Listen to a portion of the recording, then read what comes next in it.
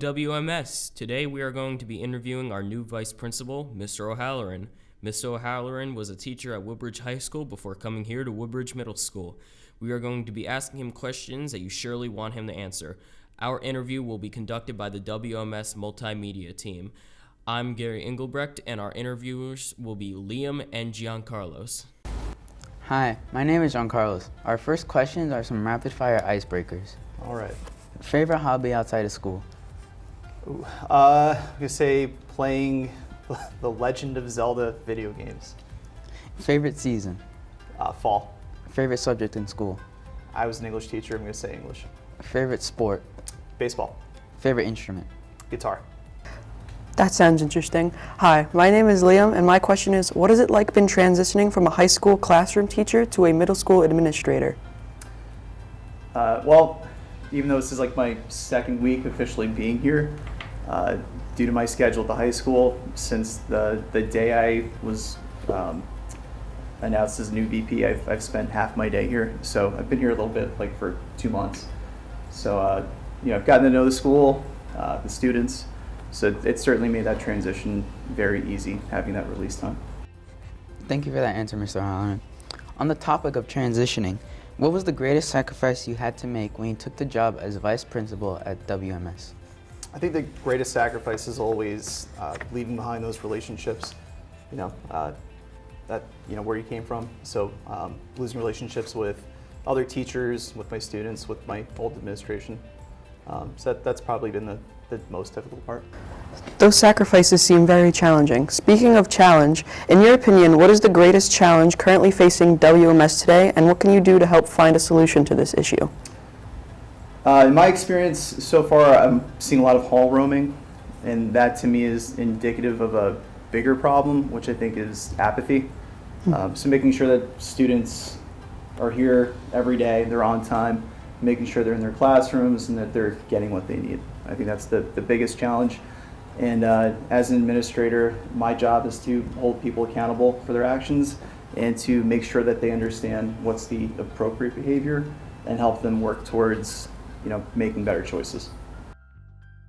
That was rather eye-opening. Let's go in a different direction. What do you feel are several items that should be at the top of next year's school budget wish list?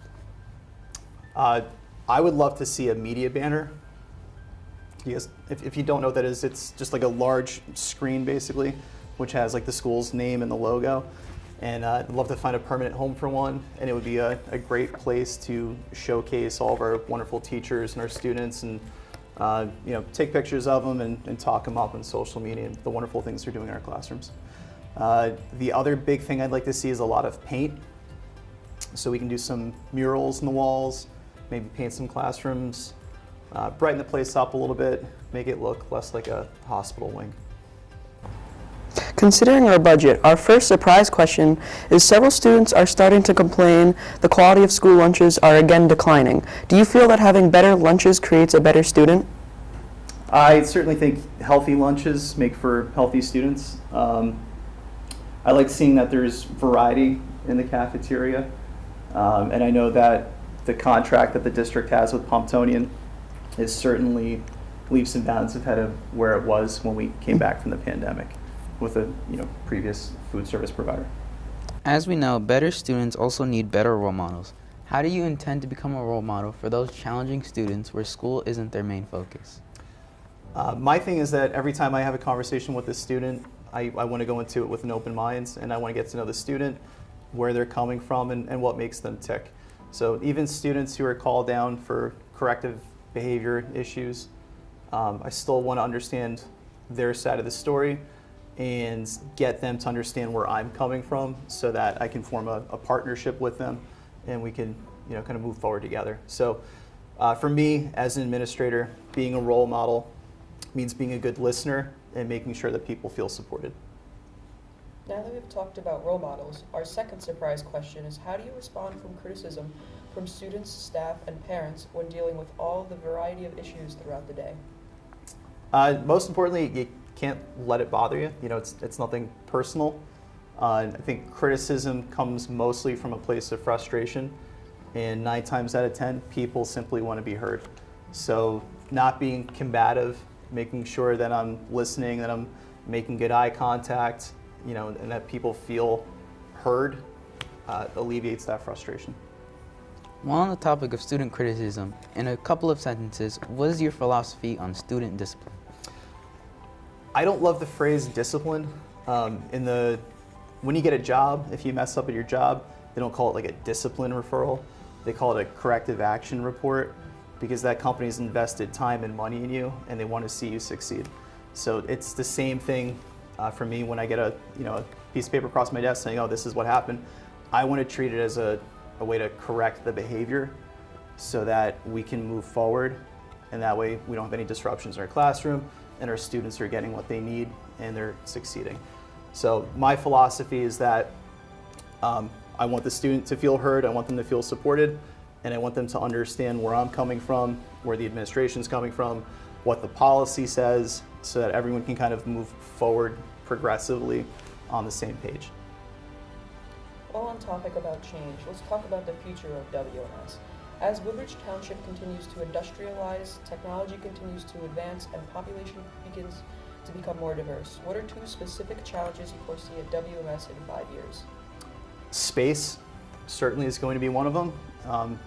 There's been an increase in apartment buildings all around. It's going to bring in more people. Class sizes continue to grow. Our 8th grade is our smallest class, so next year's incoming 6th grade class could be significantly larger, and then we'll be running out of lockers and room in our classrooms. So space is certainly something that will have to be considered. I think on top of that, Woodbridge has become a very transient community, meaning that people move in and they move out frequently. You don't have a lot of people kind of put down roots and stay in the area. Like my family, my mom was born and raised in Fords. I was born and raised in Fords. I don't live in Fords anymore, but I'm not that far away.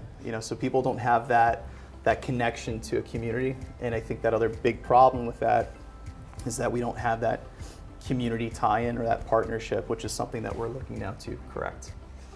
Thank you, Mr. O'Halloran, for your time answering our questions. We're happy to know a little bit more about you. Thank you guys. I appreciate the opportunity. Thank you for tuning in to this exclusive interview with Mr. O'Halloran. Thank you to all of our WMS multimedia crew for making this interview possible. Of course, we'd also like to give a big thank you to Mr. O'Halloran himself for allowing us to interview him and get the answers to the questions we desperately needed.